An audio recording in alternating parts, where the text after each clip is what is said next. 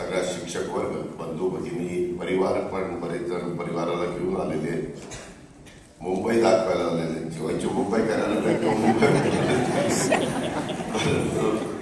खूप जण येत बघत होतो, इतकेच नटून थटून सजून सगळे जरा पावसाने गडबड करून टाकली.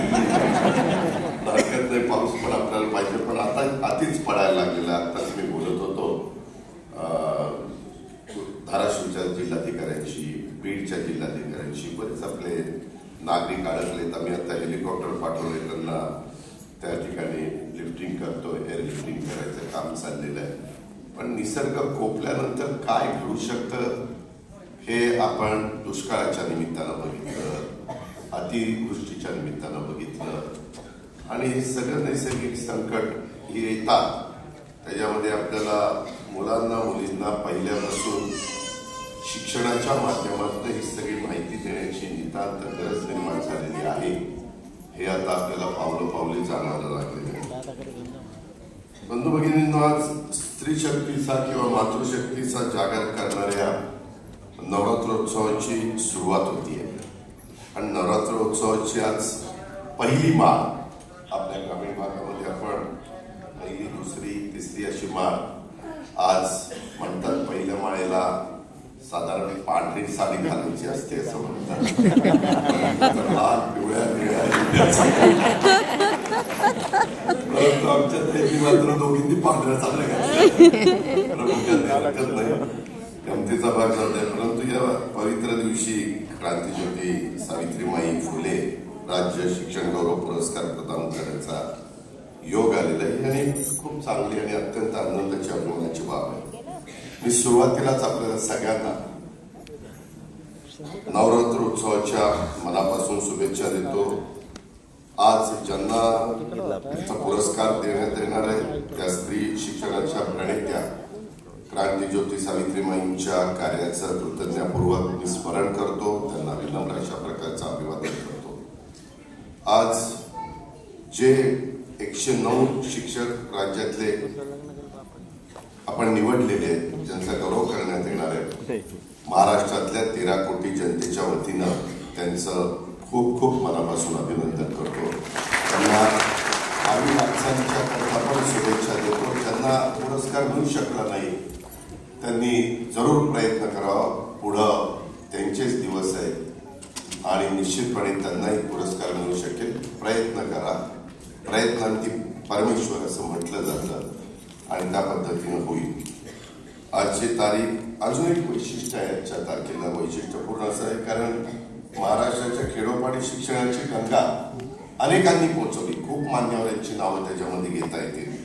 परंतु कर्मवीर भाऊराव पाटलांनी यांची आज जयंती आहे. कर्मवीर अण्णांनीच्या दूरदृष्टीतनं महाराष्ट्रभर ज्ञानाची गंगा पोहोचवण्याचं काम झालं. ग्रामीण भागातल्या आपल्या गोरगरीब विद्यार्थ्यांना स्वावलंबी शिक्षणाचा मंत्र देऊन त्यांनी खऱ्या अर्थाने शिक्षणाची कवाडं, शिक्षणाची दारं ही गोरगरीब सर्वसामान्य घरातल्या मुलांच्या मुलींच्या करता उघडली, खुली केली. त्या निमित्तानं मी कर्मवीर अण्णांना देखील त्यांच्या चरणी वंदन करतो. खरं तर मी तसा फार शिस्तीचा आहे. आज पण कार्यक्रम होता, मी बरोबर 11:30च्या आधीच 5 मिनिटं आलो. मला वेळेला फार महत्व द्यायला आवडतं आणि मी कुठेही गेलो तरी मी वेळेला महत्व देतो. फक्त मी जर असेल तर मग मला काही अडचण येत नाही, पण आमच्यापेक्षा वरिष्ठ जर येणार असतील तर आम्ही किती वेळ जाऊन उपयोग नसतो, कारण त्यांची वाट बघत बसवत होती. त्याच्यावर आम्ही वेळेत आलो. मी काल तर एक कार्यक्रमी दादाजी हुसेनला सांगितलं, माझी एक काल महत्वाची मिटिंग पिंपरी चिंचवडला सकाळी होती. एक तिथं इन्स्टिट्यूट आहे, आपली गव्हर्नमेंटचीच आहे, आणि तिथं मिटिंग घ्यायची होती. मला वेळ नव्हता. मी सकाळी 6ला वेळ दिली. 6 ते 7 आमची मिटिंग झाली. अतिशय व्यवस्थित मिटिंग झाली. सगळे फ्रेश होते आणि सगळेजण कोणी जागा देत नव्हतं, कोणी काही करत नव्हतं. आणि दुसरा कार्यक्रम आम्ही मेट्रोचा 7 वाजता केला. सांगायचं तात्पर्य आपण जशा सवयी लावू तशा सवयी लागू शकतात. आणि माझं असं म्हणणं आहे की किमान शिक्षणाच्या कार्यक्रमाला तरी सगळ्यांनी वेळेत यावर्षी आमची विनंती आहे. विनंती. मी आग्रह करणार नाही, पण विनंती करण्याचा मला अधिकार आहे, त्याच्यामुळे मी विनंती करतो. खरं तर आता इथनं पुढे काय होईल, हा कार्यक्रम असला ना अजित पवार येणारे याला जायलाच नको, कारण माझे काही शब्द असे काही लागतात, पण माझं काही मुद्दाम मी बोलत नाही मला, कारण सगळ्यांना सगळ्या सुविधा असतात, आता काही कमी राहिलेलं नाही, त्याच्यावर सगळ्यांनी वेळ पाळली पाहिजे असं माझं मत आहे. खरं दादाजी, आजचा कार्यक्रम 5 सप्टेंबरला शिक्षक पुरस्कार आपण अनेक वर्ष घेत आलेलो आहे, कारण शिक्षक दिनाचं औचित्य साधूनच हा पुरस्कार दिला जातो. विविध कारणामुळं हा पुरस्कार 17 दिवसांनी उशिरा झालेला आहे.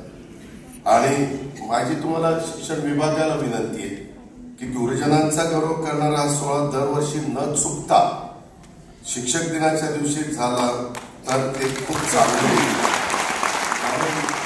आपण त्या शिक्षक दिनाच्या निमित्तानं करतो, कारण सर्वपल्ली राधाकृष्णन यांचा 5 जून हा आणि त्याच्यामुळं आपल्याला त्या दिवसाला एक वेगळं अशा प्रकारचं महत्व आहे. आणि दादाजी, आता काळजी करू नका, जर कुणाला कार्यक्रमाला 5 जूनला वेळ नसेल तर 5 सप्टेंबरला 5 जून जरा दोनदा मृग नक्षत्र 7ला निघतं, त्याच्यावर जून सप्टेंबर चूक झाली, मान्य आगा, त्याच्यावर 5 सप्टेंबरला. तर दादाजी, ज्यांना कुणाला प्रमुखांना बोलवायचं त्यांना वेळ नसेल तर 2 नंबरला बोलवा, 2 नंबरला वेळ नसेल तर 3 नंबरला बोलवा, 3 नंबरला वेळ नसेल तर विधानसभा अध्यक्षाला बोलवा, त्याच्यामध्ये सभापतीला बोलवा. 5 लोक आहेत 5 सप्टेंबरला, आणि 5ही अवेलेबल नाही झाले तर स्वतः दादाजी भुसेनच्या शुभ असते.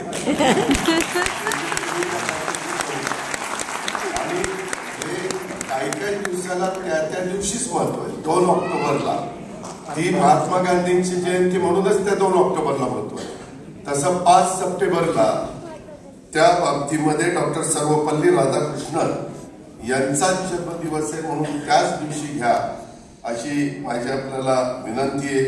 रणजित सिंह देओल, तुम्हाला मी माझी त्या बाबतीमध्ये सूचना आहे आणि तसं करावं अशी माझी. नाहीतरी तुम्ही 17, आज किती तारीख आहे, 5, आजचाही दिवस चांगला, परंतु आज आमच्या इतक्या महिलांना त्यांचा एक तर तुम्ही जेवण देताय, आज आमचा उपवास,